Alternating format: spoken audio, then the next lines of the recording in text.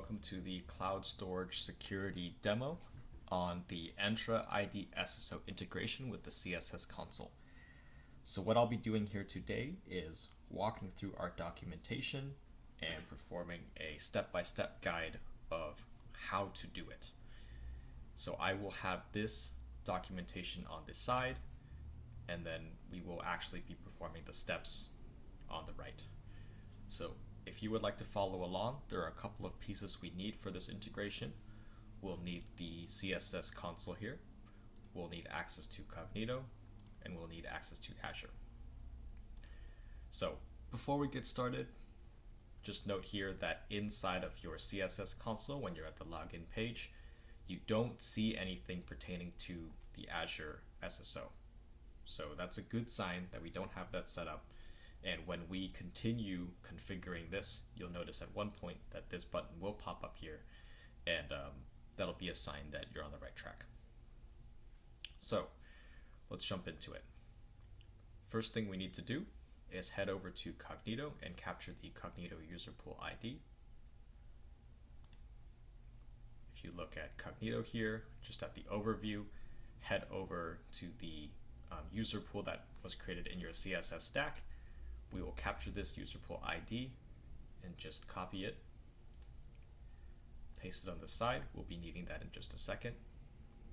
Head over to domain and create a Cognito domain. I already have one created, but I will delete it so we can walk through this together. We're going to click Actions and create Cognito domain. I'm going to name mine JLSSO. You can name this whatever you would like and select Create Cognito Domain. The next thing we need to do is head over to Azure, and we're going to select Enterprise Applications. We're going to select New Application and create your own application. I'm going to name my JL demo app. You can name yours whatever you would like.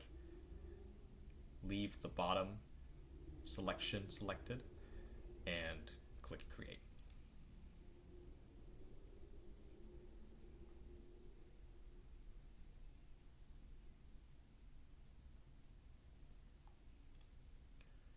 After this application has been created, we're going to set up single sign-on, so just locate that and select Get Started.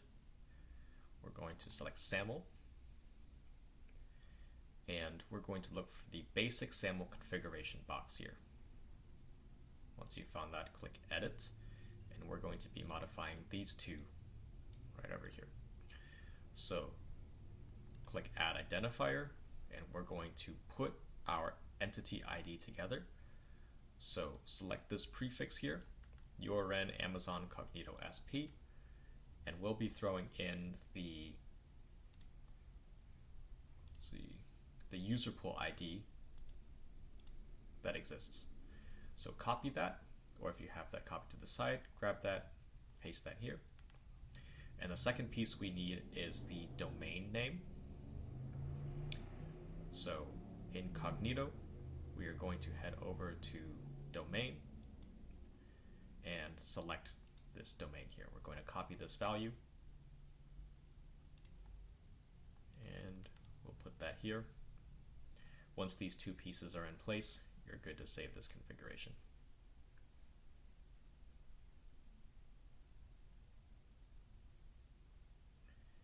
Once this is saved, you can close out of this box and locate the SAML certificates box. For me, it's the third one down. And under App Federation Metadata URL, copy this value and put it to the side. We'll be needing that in just a second. Now let's head back over to Cognito, and under authentication, select social and external providers, and we are going to click Add Identity Provider. Select SAML, and we will enter in a provider name. For the purposes of this demo, I'll be naming mine JL Demo App. You can name yours whatever you would like. And you'll need to modify the metadata document source here. Select enter metadata document endpoint URL. And if you recall just a second ago, we copied over the app federation metadata URL from Azure. Copy this value, and I would remove the HTTPS at the front and paste in the value here. Just to check, make sure this URL looks valid. And once we have that placed in, we can click Add Identity Provider. Now incognito, let's head over to App Clients, select your user pool, and click Login Pages. Now I already have some pre-filled values, but what we'll do is just make sure that you have these selected on your site as well. So click Edit. For these first two URLs here, these will be the URLs of the console. So if you navigate over to the console, if you're at the login page, for example, remove everything from account, and in front of that, we'll just copy this URL and paste it in here. For the allowed signout URLs, we will also paste the same value in here. And for identity providers, select the identity provider you just created. For me, it's named JL Demo App. And for OAuth 2.0 grant types, sorry, I'll scroll down here. Ensure that you have authorization code grant and implicit grant both selected. For OpenID Connect scopes, ensure you have OpenID selected first, and then the option to select email will be unlocked. So select those two. Ensure you have everything on this page according to this documentation, and save your changes.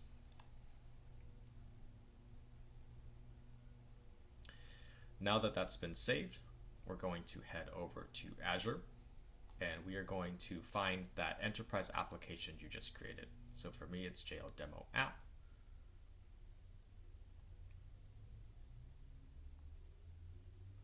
And once you have this page here, you're going to head over to Users and Groups. Select Add User and Group. And you'll notice here there are no users selected. We will click None Selected.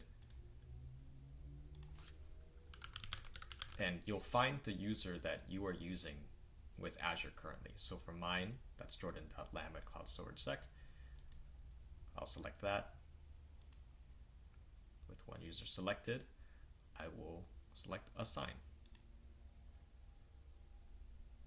So we're almost there.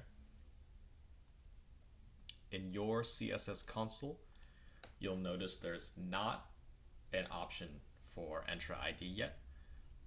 So let's refresh this page. And you'll notice that JL Demo App, which is the app name that we designated incognito, is now here. So when we select this button for the first time, it'll create a user incognito, but that user won't have any permissions yet. So what we will need to do is create this user, log in with an admin level permission account, and then give permissions to this user that we will create. So let's do that now. Select Sign In with JL Demo App.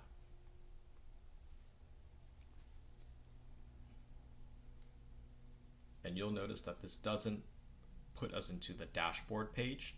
It's just created the user. So now what we'll do is sign in with an admin user.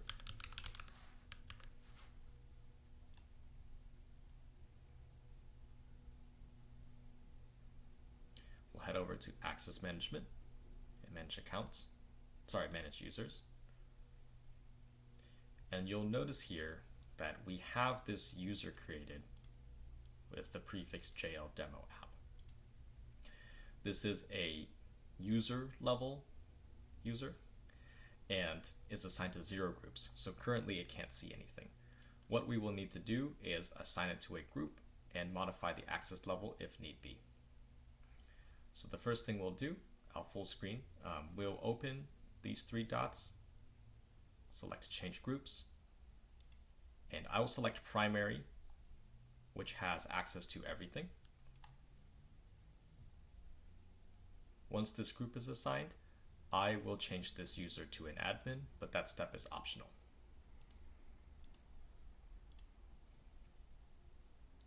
Ensure that this status is active. If yours is not for any reason, you can select these three dots and select activate user. So now our user is set up and ready to go. So to test this out, let's sign out. Now we will click this button again. So last time the page refreshed and we stayed at the login screen. Now, if everything is configured correctly, we should be able to actually access the console. And here we are.